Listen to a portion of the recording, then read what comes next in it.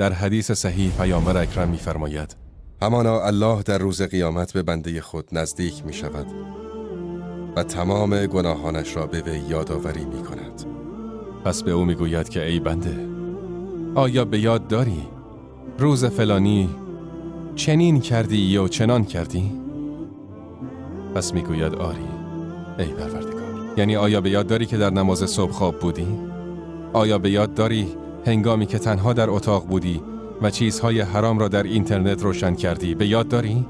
آیا به یاد داری هنگامی که در فلان سرزمین بودی و تلویزیون را باز کردی و شروع به نگاه کردن و چیزهای حرام کردی؟ آیا به یاد داری؟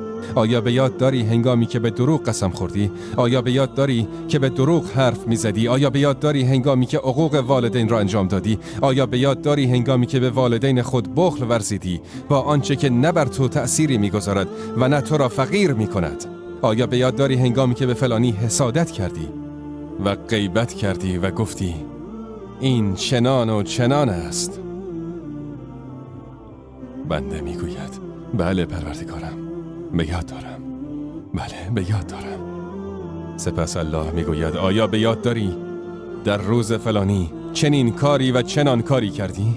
در روز بعدش هنگامی که معصیت دیگری انجام دادی در آن سرزمین و در آن ساعت و در آن مجلس و هنگامی که با فلانی نشستی، الله تعالی او را به یاد کوچکترین گناهانش می‌اندازد تا آنکه گمان کند که دیگر هلاک می‌شود و هیچ چیزی از او مخفی نمی‌ماند مگر اینکه جلوی رویش ذکر می‌شود تا اینکه گمان کند که دیگر هلاک می‌شود. الله غفور، رحیم و با عظمت. به او